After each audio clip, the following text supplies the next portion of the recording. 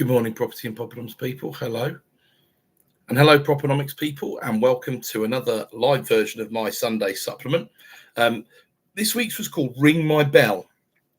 Now, why was it called that? Well, because of Torsten Bell, the former chair of the Resolution Foundation, who is now significantly influential at the Treasury. He's an MP these days, MP for Swansea West, I believe it is. And has been involved, was constrained before to pensions reform, but now has a much freer hand over what's going on in the Treasury. And if Keir Starmer was to get rid of Rachel Reeves, as many have speculated, as I talked about several weeks back now before the summer started, could well be in the shaker to be the next Chancellor of the Exchequer. So an important individual aside from anything else. So this week's is called Ring My Bell. And I started with a quote, as I always do. The bell never rings of itself unless someone handles or moves it. It is dumb. And that's from Plautus, the Roman playwright. So that is looking forward to the deep dive, as I say, and what Mr. Bell is advising, and what are certainly a bit of speculation around what he's done in the past. So it's putting Torsten Bell under the microscope a little bit. But before I get into that full hammer, Rod Turner and I will be running our next property business workshop on Wednesday, the 1st of October in London.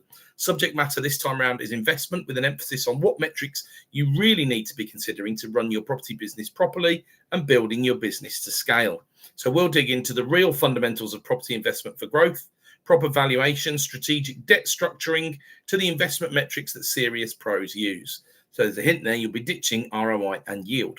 But you'll also learn why some deals work for some and not others, how to manage the risk as your portfolio scales, and when to shift gear from side hustle to scalable business.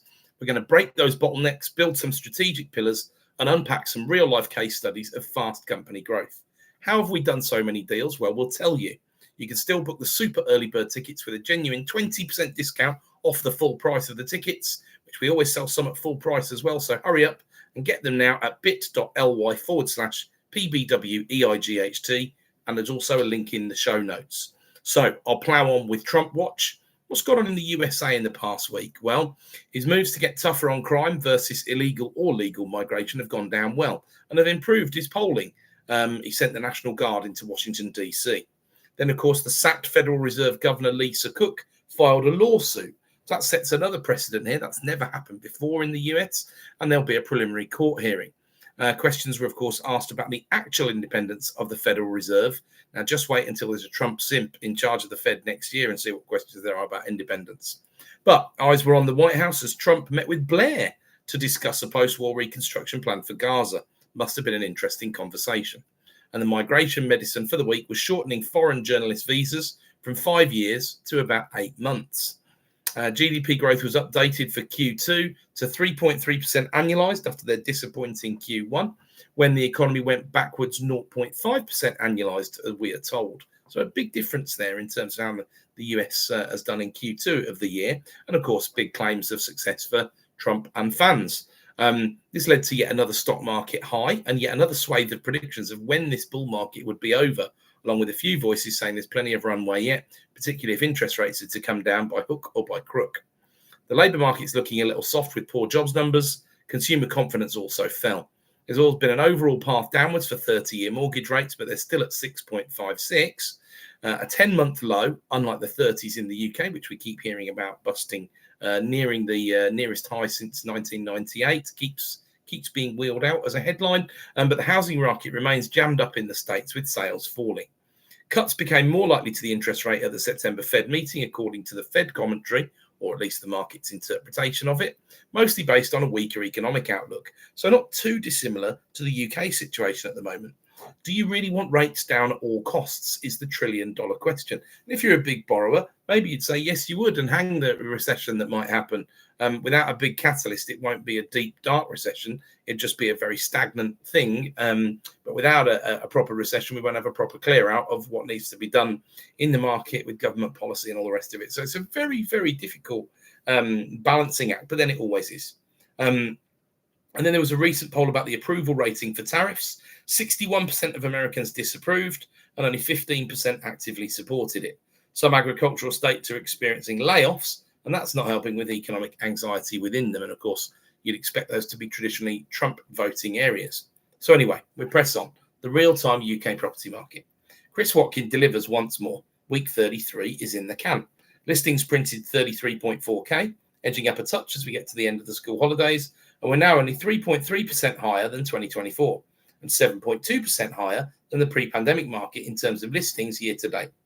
My 10% more stock than a normal market ready reckoner is still working on the back of about 2 years of overperformance in listings compared to the historical averages. But I did see a stat that was actually sent to me by Chris yesterday, and we had a chat afterwards. I'm having a talk about bringing him on the channel. So if you're listening, Chris, hello. If anybody else wants to comment about having Chris on the channel, someone suggested it to me, and I thought, well, I haven't done much in terms of interviews and things like that, so why not give it a spin? Let me know what you think. It won't replace this supplement broadcast, of course. It will be something extra. So get Chris on for a chat potentially.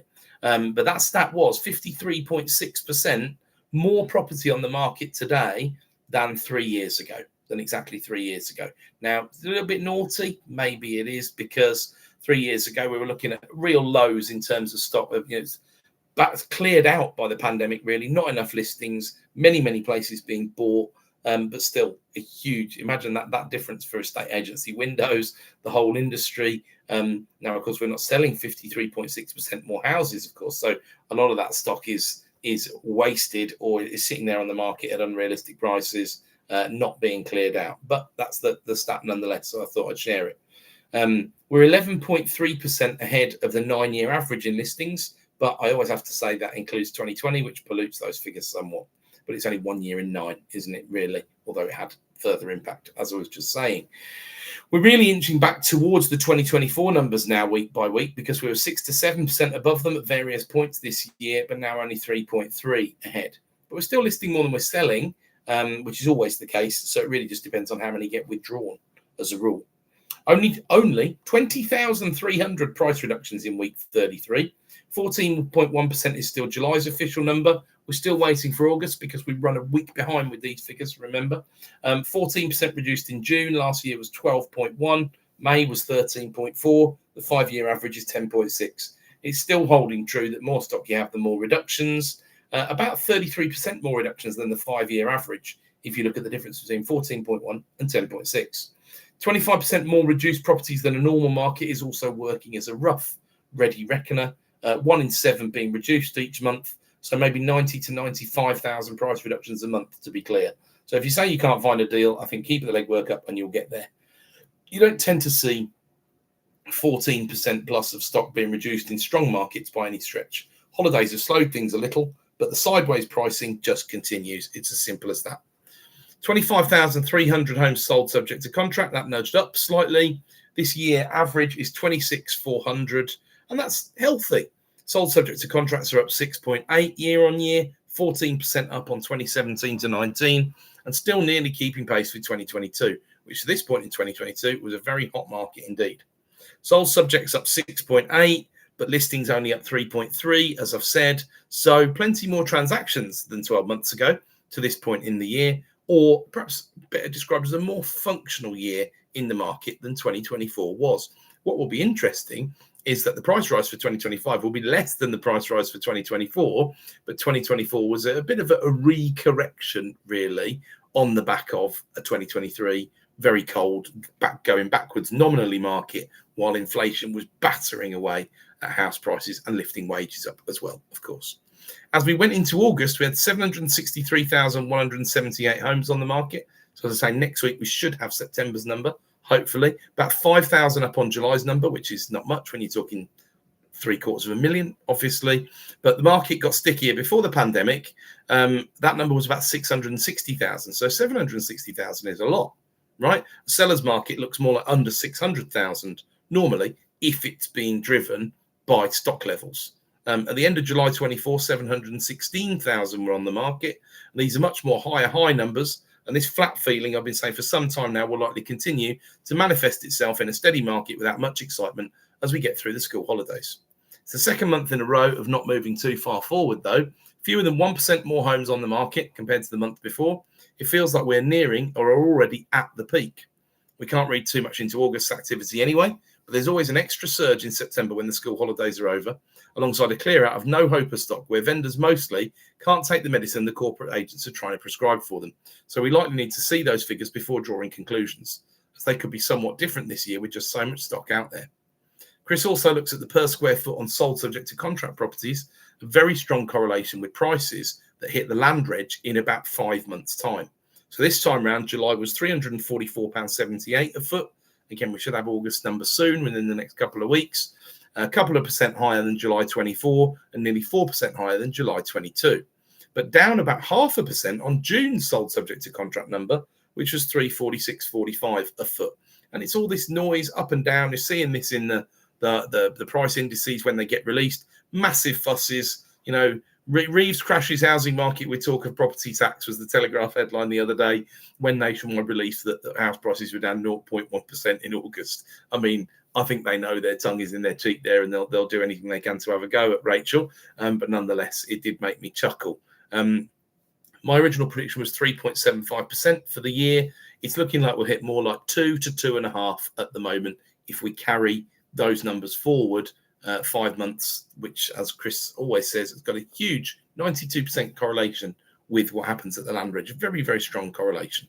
So fall throughs, though, trickled back just above the long-term average of 24.2, but only just printing 24.3. So pretty normal noise. There's been very little volatility around the long-term average for many weeks now. The net sales are still there or thereabouts, 19,100, 5.6 up on last year, 10.6 higher than 2017 to 19. Not quite 2022 levels. We're about 16,000 behind now in total. But let's see where we get to by the end of the year. I think it'll be a close run thing on transaction volume compared to 2022 at the end of the day in a much less volatile year. I always give Chris this weekly shout out because he's much more prolific than only this epic tome he releases weekly on the UK property market. He's always coming up with some great regular stats. Drop him a like, a follow, a subscribe, all the rest of it, and some kind words for his content creation if you don't mind. If you're in the industry and you want support growing your business or to be more and a more effective communicator, be more in touch with your local market, because that's his core business, then give him a shout. The article gets published on the Property Industry Eye website and the video on his YouTube channel, which is @ChristopherWatkin. Okay, over to the macro mismatch that seems to plague the UK fiscal and monetary policy at this time. It's been a very quiet week with all the action starting on Monday. We will take a look at the MHCLG right to buy statistics for the 2024-25 fiscal year because they've just been released.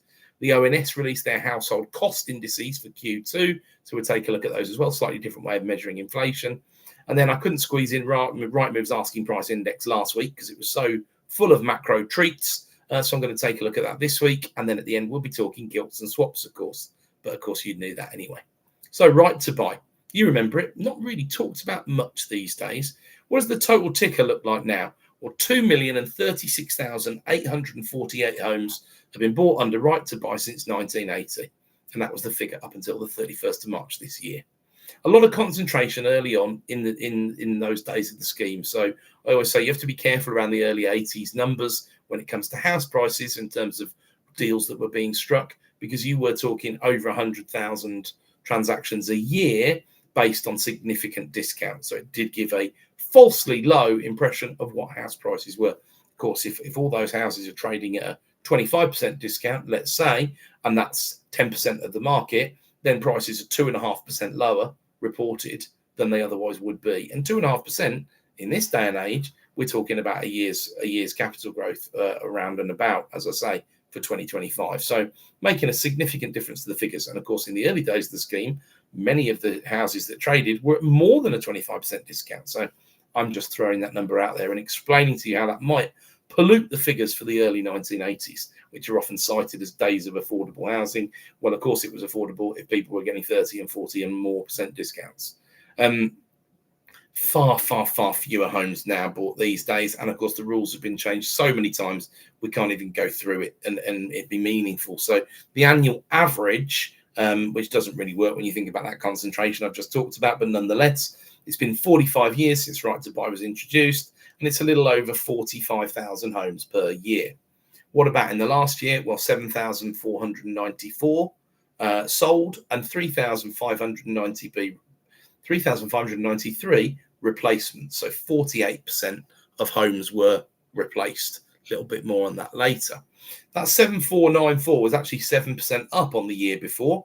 Replacements were up 4%. What was the average receipt per dwelling? £106,500. I don't think you'd deem that a particularly high price to pay for a house these days. I'm sure you'd agree. Now, of course, these are social housing, etc., etc. But of course, they're also all over the country. So it sounds pretty cheap when the average house price is somewhere between about 260 and 300, depending on which one of the large indices you prefer. Very few of them ever comment on why that is. That big disparity that they have. I probably trust more like the ONS, although they've changed their ways of measuring the average house recently. So who do you trust? It's not easy, right? It's not easy. But sales have dropped from the more recent sort of 10 to 12,000 level after the maximum discount was tweaked downwards. So in this year, 40% were new starts in terms of replacements and 60% were buybacks. This usually of ex-local authority properties, so they only buy back what they built themselves, which the cycle repeats. So interestingly, sort of 7,500 sold. How many are getting replaced? You could argue, well, right to buy is a good thing because it puts more houses back into the build mix, but only 40% of 3,500.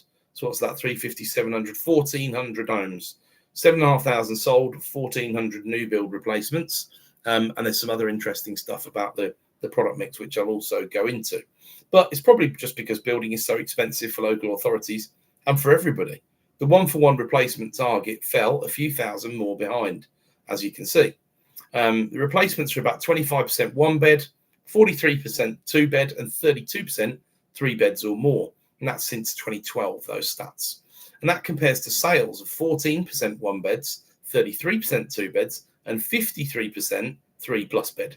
So you can see what you've got here. You've got not just a loss of units, but you've got a loss of the size of what gets bought back or rebuilt. Now, you could argue that there are demographic shifts to smaller households which justify that. But you know that the pressure is on 3 beds and above, not being removed by replacement, especially if you only replace 48% of your sales anyway. You can see fewer and fewer bigger social houses in stock and right to buy doing their bit on that front.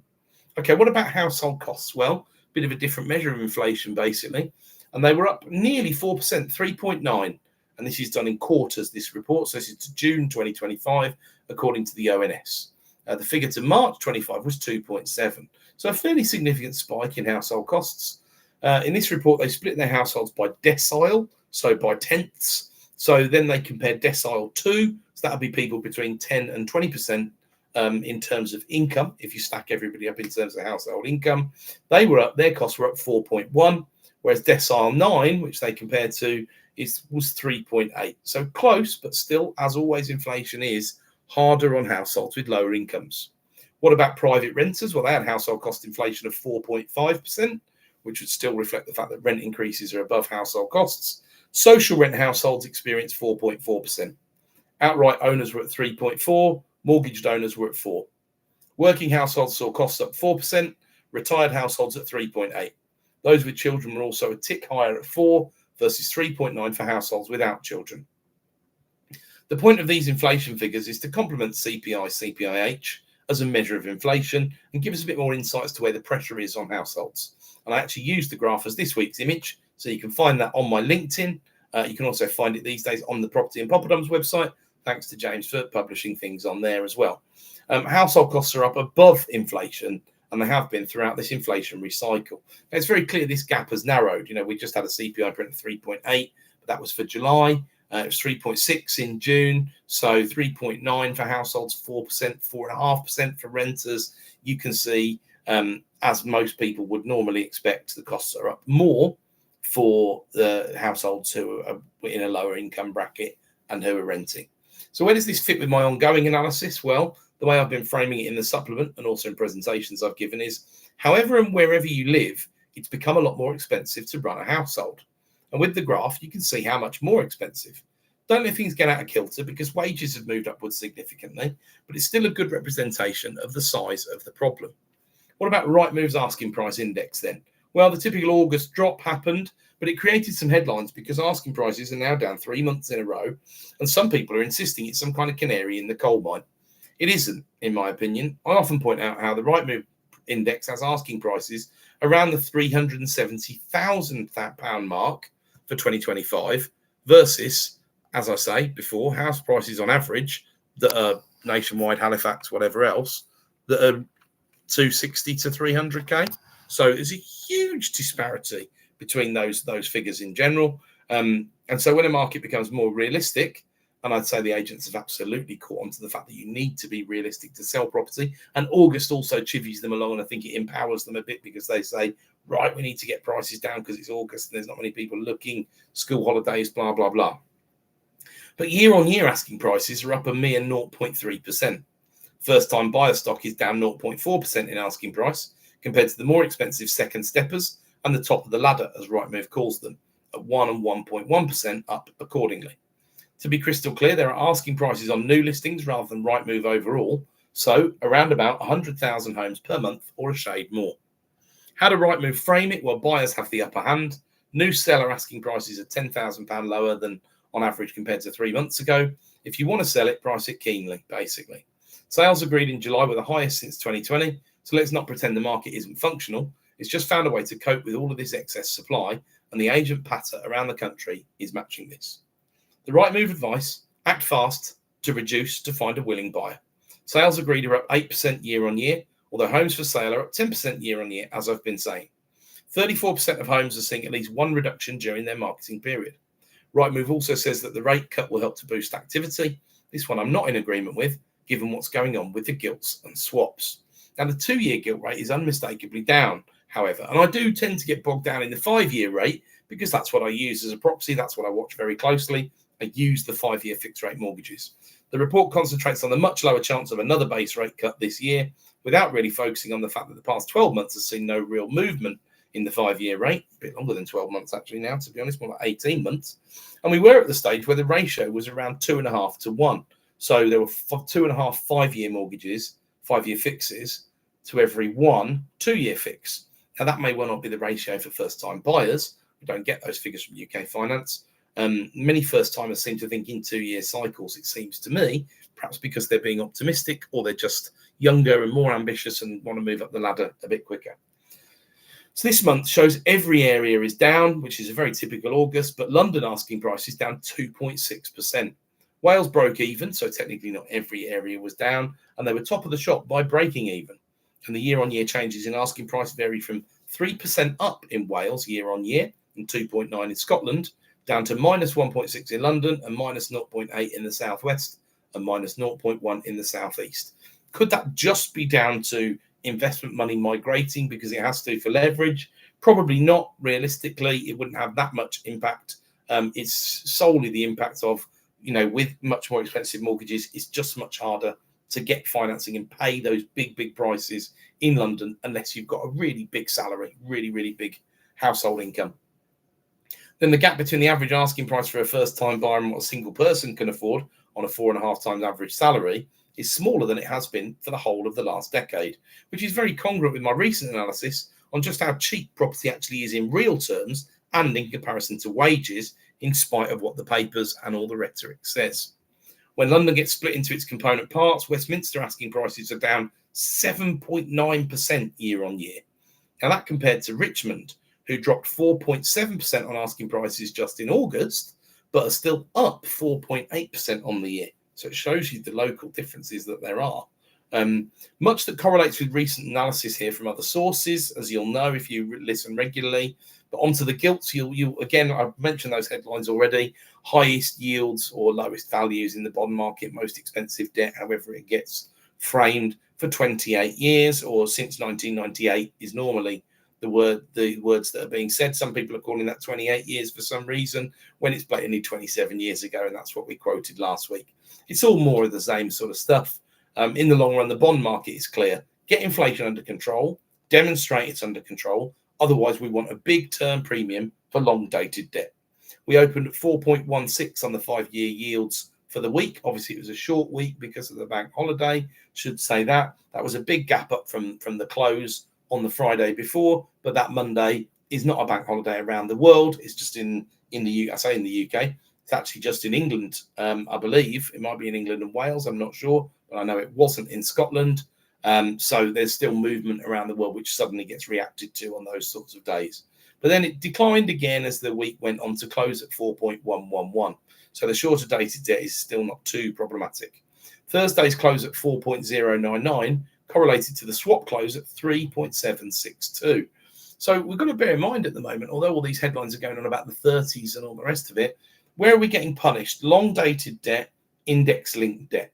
That's where the UK is really suffering at the moment. The rest of the stuff tending to decline a bit.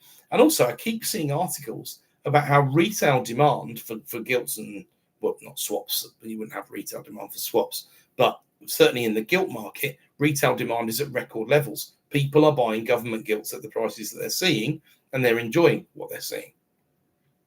So what about the 30s, though? Well, we gapped up to open at 5.615, closed the week at 5.605, so the yield curve moved a little steeper once again, it seems. The market seems convinced at the moment that 5.6 is about the right price on the 30-year gilt. The headline I shared that really sort of caught my eye was the UK market, bond market, is drifting without anchor, which did make sense to me. But with all that in mind, I was going to do the deep dive this week on the prospects of an IMF bailout and a repeat of the 1970s.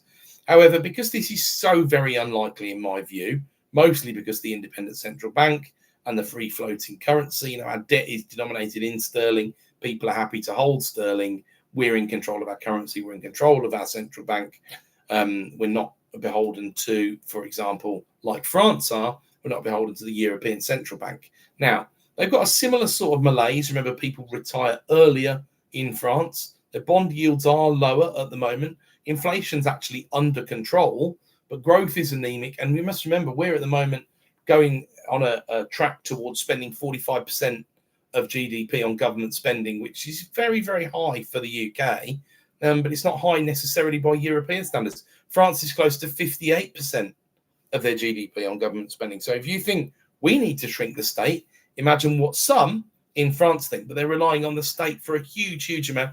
And again, I think what the markets are doing at the moment is they're just looking out into the future and saying, this is not a sustainable pathway.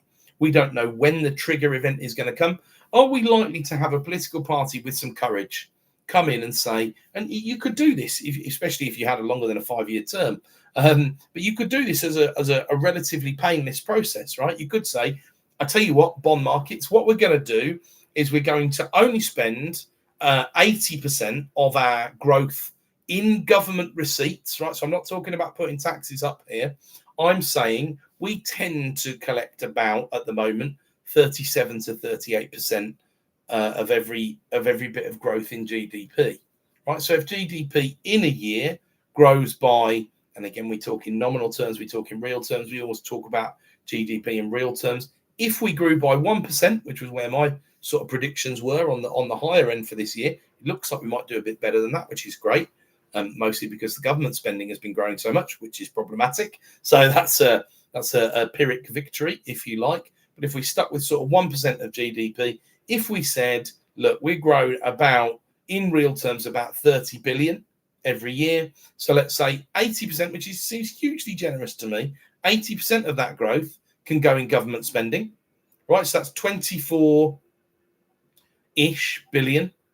Right, if extra government spending in real terms, that's after inflation has been applied. So all the index-linked stuff is taken care of within that assumption, right? 24 billion extra in government spending, but that's the cap, right? We're only spending 80% of the growth, and that means that 20% is going into, guess what, paying debt down. Now you could do something else. You could put it in a sovereign wealth fund, for example, if you thought you could vastly improve on the returns that you pay on government gilts. I'd be tempted to do whatever was most expedient with the gilt market, to be honest, because what would that do on its own?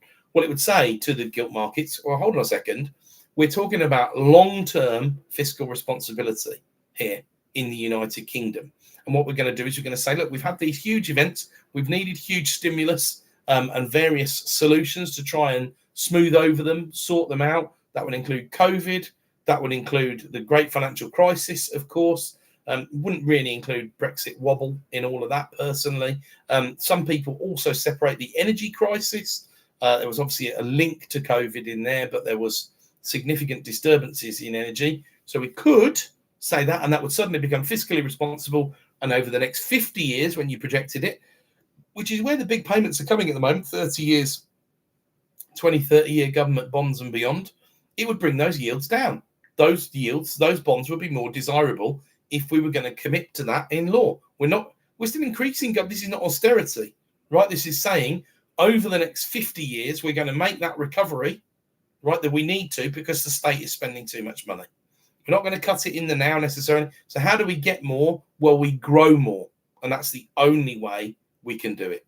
And that will bring us back over time. Now, look, I'm not saying my 80-20 is the right numbers and all the rest of it. I'm talking about having a fiscal rule of that sort from year to year. And then you have to deal with that in government departments. And as I say, it's not necessarily cuts. But what it would mean is things like the triple lock would have to go, for example, because it's over and above the rate of inflation and you couldn't guarantee it anymore. So that would have to go. There'd be all sorts of things that would have to go that were above inflation payments. You could cope with CPI +1, actually, in most places as it goes, because you would feel that would be all right as long as it wasn't across the board in every bit of government spending. Otherwise, you'd be spending 100%. It would still work in the growth forecasts, right? Because the growth forecasts tend to assume 1.6 to 1.9% for UK growth. So if you were talking CPI +1, you would actually be able to save quite a lot more than that. But you wouldn't need that across the board. And we'd like to see some efficiencies that we've been promised via AI, via all sorts of other things if we can. Although you worry about the companies that are providing AI consultancy to the government, and how close they are and what sort of numbers are involved. I'm sure there'll be a ton of scandals about all of that in the future. Private Eye has already started reporting on that stuff for the last 6 months or more. So there's bound to be some callbacks to things that they've said, because they've got a pretty good track record in this department of undercovering how efficient or not the government are. Anyway, back to the gilts, right? So we had these this 5.6% rate on the 30 years, this drifting without anchor. I've just kind of explained to you how I would sort that out if I was given the freedom to do that. So I haven't done this deep dive on the chances of getting the IMF in, because I don't think there's much chance of it. If you were particularly interested in the politics and economics of France, it would be much more interesting. I think it's more navel gazing and headline grabbing as they just keeping the pressure on Rachel Reeves as much as possible. But it's no surprise that it's going on after she drove one more stake towards the heart of the non-working person daring to make any money from investment. So what I'm referring to there is the idea that's floated of national insurance on landlords specifically.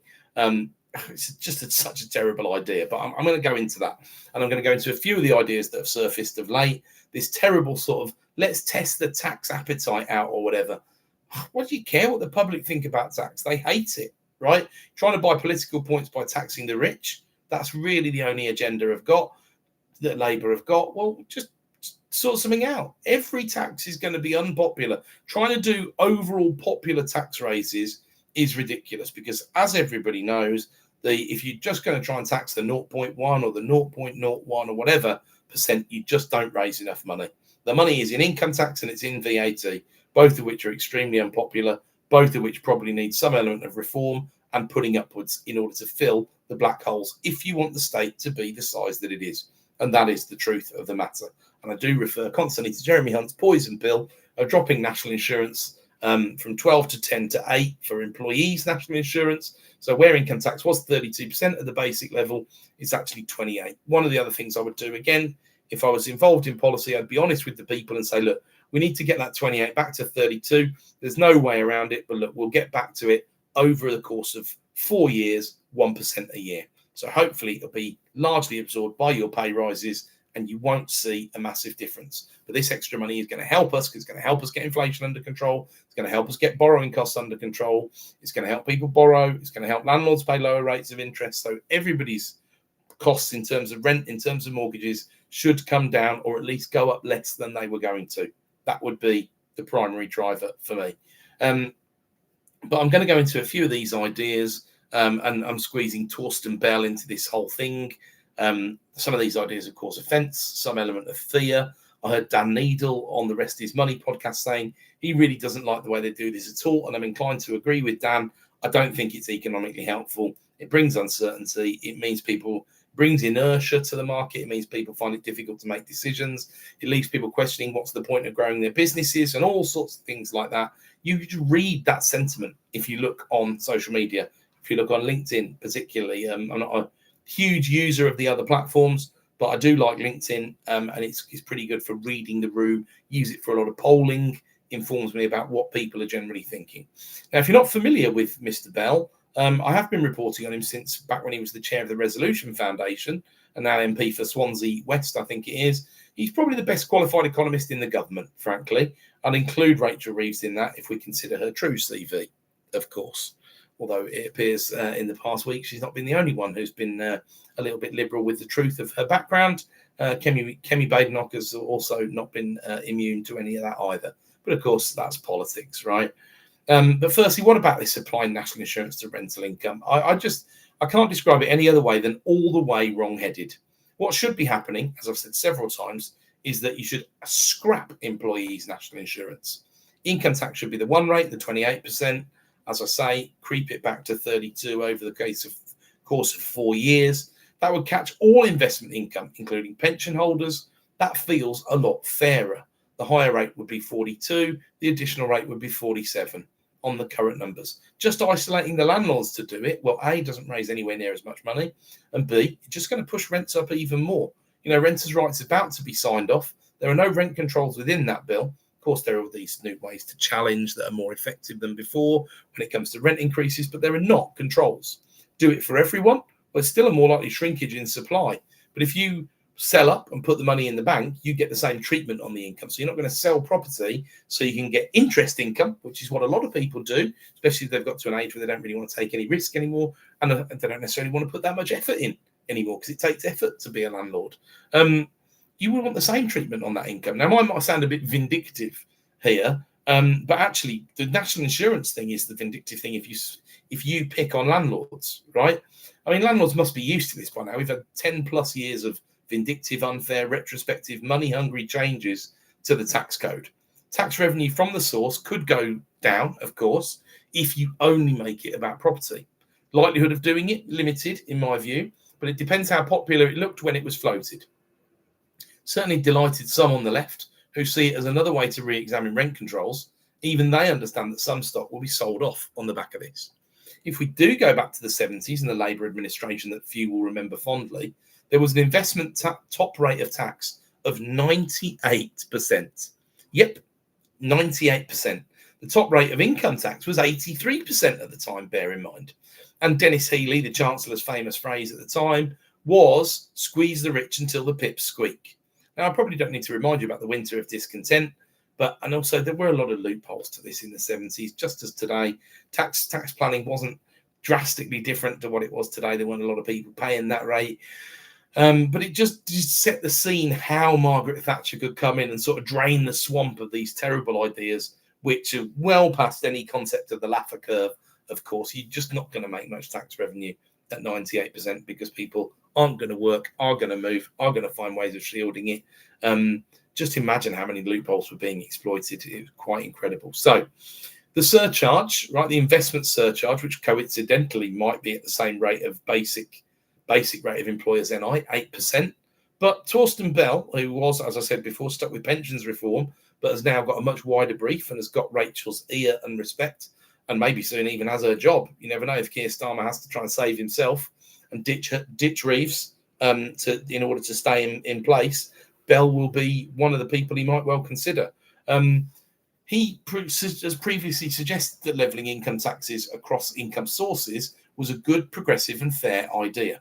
So don't say it too loud, but he's probably right, to be honest, as I say. Employees' NI is a horrific tax. I can argue for 20% or lower capital gains tax fairly easily, but arguing for 20% basic income tax when employees pay 28%, it's a real struggle, right? It washes out at the higher level, as I say, so 42 instead of 40, 47 instead of 45 at the additional rate. No one likes it going up, but Mr. Bell does have a real point about fairness on this one. So if you're making huge gains, it's not going to be a huge difference to you. 8% on the marginal, well, it'll actually be the marginal 50k, wouldn't it? Because you'd lose your personal allowance if you're making huge income gains passively. So £4,000 a year. But in that case, you were making over £150,000 investment income. It's not going to make anyone cause anyone a massive problem. or over 125,000 investment income, I should say. Sorry, it's a few percent. Of course, nobody likes taxes going up, but there is a fairness point on this one. How about some of his other bright ideas? Well, align the self-employed national insurance contributions with employed national insurance contributions. Raise dividend tax rates. Well, I think this one fails on fairness, really. Companies paid 19 to 25% corporation tax, although what this means in the real world is that people with small companies no longer extract via peppercorn salary and then dividend. They'd probably go and pay the national insurance apart from anything else. But any retirees but the national insurance is already taken into account with dividends. That's what happened when George Osborne re-examined the dividend tax. So I don't understand how that's fair. They just wouldn't. They just extract via salary instead. But any retirees who were on small shareholders in listed companies would then only get about 60 pence on the pound on net profits. So we're talking 25% to HMRC in corporation tax, and then 20% on the remainder in dividend tax. So it doesn't really seem fair that they would be, one way or another, paying 40% tax rate if we're talking about fairness. Mr. Bell's also talked over the years about reducing the top rate of tax banding. While you're at it, you could remove the personal allowance for all higher rate taxpayers between 50 and 100k, and that would address this 100k cliff that currently exists. There'd be a new but shallower cliff at 50k, but what you could do is bring it back to 50. You could split it between 50 and 150. So there's a much smaller cliff there that exists, and it's not going to put anyone off from breaking the 50k barrier, which already has a barrier to it because it's the higher rate of tax aside from anything else. So stop this wastage that's occurring around 100k, because the 60+% tax rate, marginal tax rate, people face at that level is inherently unfair. Broadening the base for higher taxes is absolutely where we're going in the future, currently only via frozen tax thresholds, which I've been moaning about, analysing, of course, since they were effected in 2021 to 2022. So Bell has indeed written of smoothing out the threshold. So on that subject, we are on the same page. Don't have these silly cliff edges. Agreed. Regular revaluations to council tax bands, like in Wales, has also been proposed, and also making it proportionate rather than banding. So council tax becomes 0.8% of the value of the property, for example. He's also talked about halving stamp duty, but he wants to finance that by lowering the VAT threshold, I warn you. So talking of cliffs, it's the greatest cliff in the game. Business is turning over just under 90k. Now, this one is a toughie. He suggested a 30k start on the basis of digital tax these days, VAT compliance being easier. It would certainly help to level the playing field on many markets where there's lots of non-VAT payers, and it becomes a real barrier to scale. It would also be somewhat inflationary in these sectors because the non-VATable players would be shrunk by a huge number, and 20% would be going on top of what they sell. So, and the reward of halving stamp, I bet you wouldn't be halving the 5% additional rate, Mr. Bell, I'm sure. Well, maybe, not his worst idea, is it? So we lower VAT threshold, we cut stamp duty. Very few economists are a fan of stamp duty as a transaction tax, although as I analysed last week, there's plenty of other countries in the world, almost everywhere else, it costs more to move house. It's just where our money is going is stamp duty, it's going to the government. People don't like it. In most other parts of the world, it's going to the private sector, it's going to notaries. There are plenty of transaction taxes and things like that around, actually, when you get looking at them. But they're normally going to realtors who charge 5 and 6% in certain countries, But he's also talked about capping the lump sum pension drawdown to perhaps as low as £40,000 and then taxing the rest at the marginal rate on drawdown over time, subject to income tax. Sneaky, but again, who's to say what is fair here? It's all rather subjective. How about CGT? Well, all the figures tell us that if CGT goes up, it's not going to raise more money. People stop selling. However, he's mentioned factoring in inflation, so many recent gains would not be gains at all anymore after inflation in recent years. That is more like a reform than a rise, and it might work, but the introduction of an exit tax when people leave the UK would likely be the most unpopular of all, although the general public may be hugely in favour. To introduce an exit tax, it needs to start at midnight on the day of the budget. To be clear, anything else would be ineffective. Would it be nasty? Yes. Politically motivated mostly? Yes. It wouldn't raise a huge amount, but it would also change behaviour, of course. Imprisoning the wealthy in the UK is the way it would be painted, of course. But like I say, tax isn't popular. He's also been associated in the past with a per mile surcharge of electric vehicles of around 6p to reduce fuel duty. So you pay for what you travel. It's a very economically sensible from an economic point of view, politically hugely unpopular, you'd imagine, although perhaps not for electric cars, because they might well be conceptualized for as cars that for people who've got more money, aside from anything else. Now, there'll be lots of environmentally conscious people who bought electric cars, of course, who are not necessarily got a lot of money. I know the Dacia Spring, I saw advertised the other day, electric vehicle for 15k.